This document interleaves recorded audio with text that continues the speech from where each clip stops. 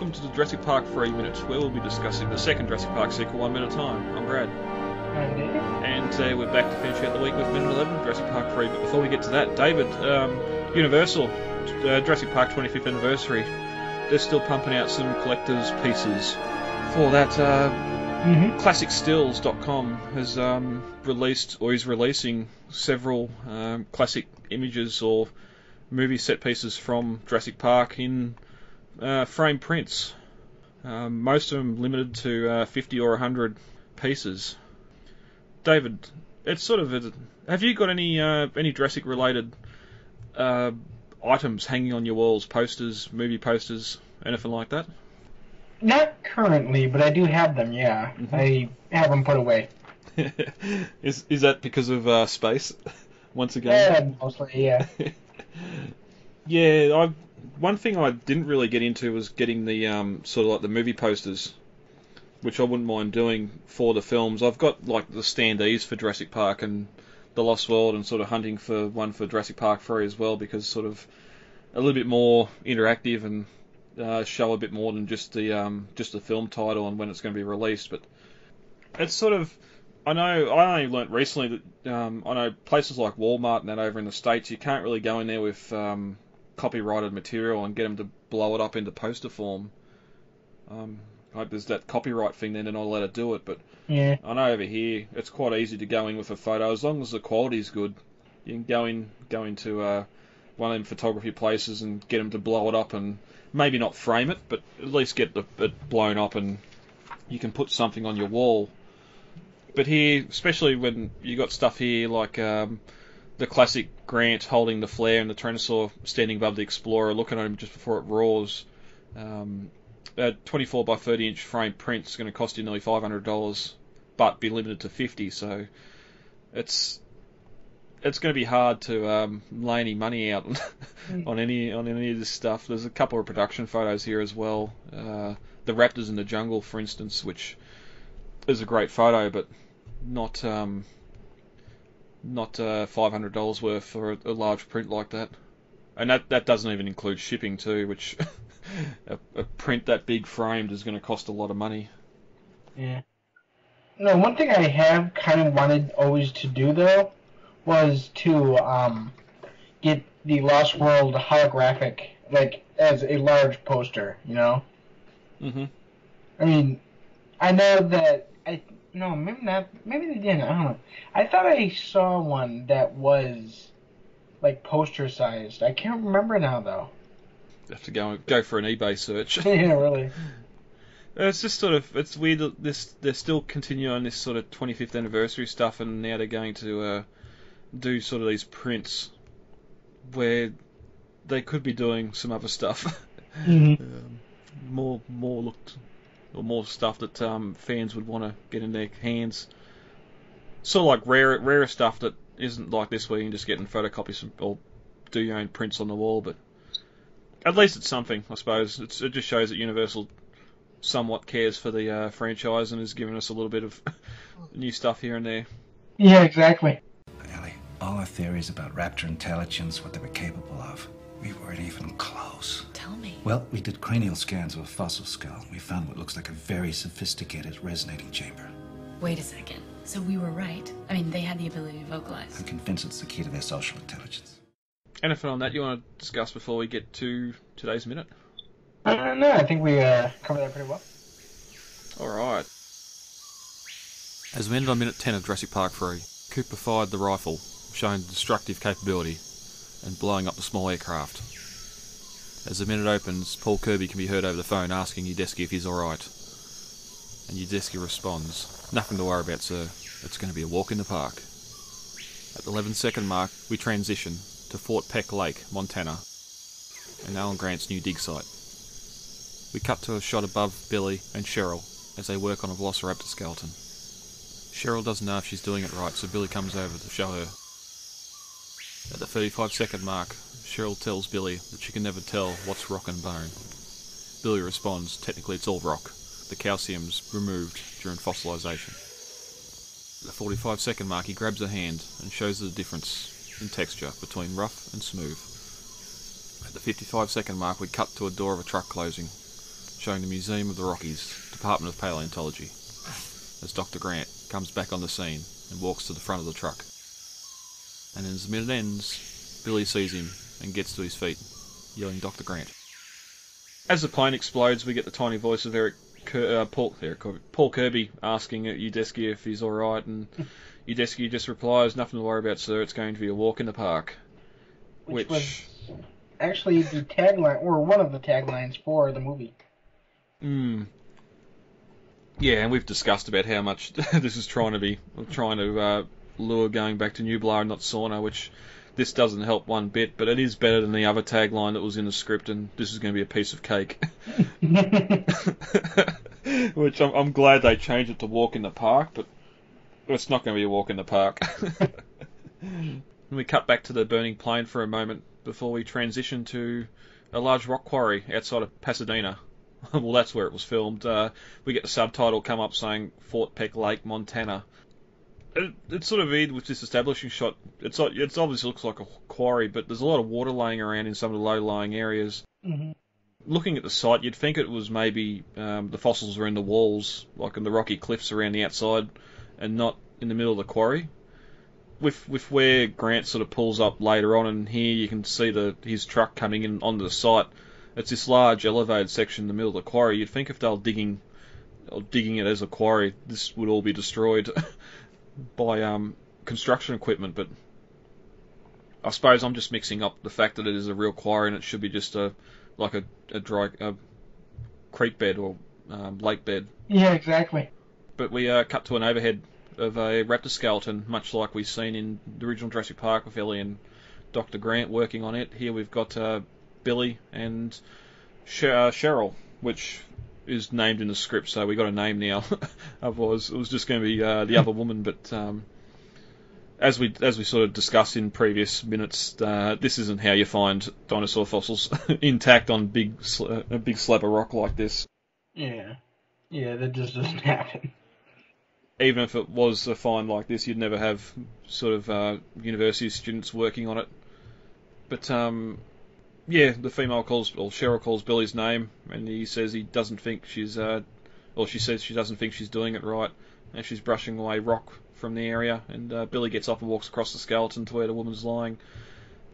I do sort of love the effect here of this, obviously, prop of this raptor skeleton in the ground, but you've also got the sort of like the chunks of, it looks like dry mud that's probably fossilised that way, or turned to rock that way, sort of around the area as well, which again gives you that sort of look of like a lake bed or something where they've found this animal. Mm-hmm. I think that the really interesting part here is that as they're leaning on it, you can kind of see the resin bending. The plastic skeleton rock around the skeleton just bending in on the weight of the actors. Well, yeah, and just briefly getting into this prop, it did go up for auction in 2001 after the film's release in one of the eBay live auction houses, and it's described here as the piece itself, hand carved out of solid, rigid foam and hard coated. It was 97 inches high and 97 inches wide and 17 inches deep, and they were hoping it would sell between $20,000 and $30,000 in that auction. So I assumed it's now, as we said last minute, with the RV going to, or props going to private collectors never to be seen again, it's quite possible that this Velociraptor skeleton carving is also now in the hands of a private collector and will probably never be seen again. Mm-hmm. Billy grabs a toothbrush and says, "Let's give this a try," and then instructs her on how to do it slowly. Brushes the rock away, which a toothbrush, I've never been fossicking. I know it's sort of, sometimes you can get it in limestone, which is a softer rock surrounding the fossils, but a toothbrush doesn't really seem like a something that would be able to brush the rock away from a fossil. It just doesn't seem sort of stiff enough or hard enough. Yes, if you're sort of dusting, like getting some dust away and that, you probably would, but... The thing about fossil preparation is it's very, very slow. And so a toothbrush is kind of better than a regular paintbrush in a way, just because it takes a little bit away at a time. And in a case like this, where the fossil is so complete, it's possible that uh, the rock around it would be a bit looser, and therefore, when if you took a paintbrush to it, you'd be wiping away bone along with rock. So this is why they got the paintbrush. Yeah, and as the woman says here too, she can never tell what's rock and bone, which, as you're just saying, you want to try and take away little bits at a time so you can keep an eye on that definition line, or you can see the separation between where the rock starts and the bone finishes, or vice versa. Because Billy says here that technically it's all rock. The calcium in the bones was replaced during fossilisation, but you can sort of feel the difference, and grabs a hand and runs it over the fossil and says, "See, rough, smooth," which it goes a lot further in the script, so we get to that in a minute. But in the background you can sort of hear a car pull up and the door open, which you don't really take much notice of, but the shot cuts to that car door and the big round sticker or sign on the door saying Montana State University and Museum of the Rockies, Department of Paleontology. So this must be where Grant's lurking at this stage. He's sort of, well, I don't know how you describe. Is that where he, not where he practices, but where his research base is, I suppose, and most likely where a lot of these students have come from as well, Montana State University. I imagine that he's probably always employed students on digs. That's where a lot of paleontologists, especially the students, get their field experience from. But I mean, I think that at this point that he's at bare bones. He doesn't have the fancy equipment he had at the point before, when he was being funded by Hammond. But true. But here we are several years later. You'd think the thumper would be a lot cheaper. He'd be able to buy a second-hand thumper, which was that device that shot the sonar into the ground. I kind of always got the feeling that it was like a prototype thing that it's just jerry-rigged together in the field there. That was, he stuck a jackhammer and strung it up to a computer or something. Yeah. And we didn't see in the film, but probably 2 or 3 weeks after Grant returned, someone probably backed into it with a car and they couldn't afford to fix it. Actually, they do mention in the first novel, Ian Malcolm is kind of trying to defend his rape in the natural world comment.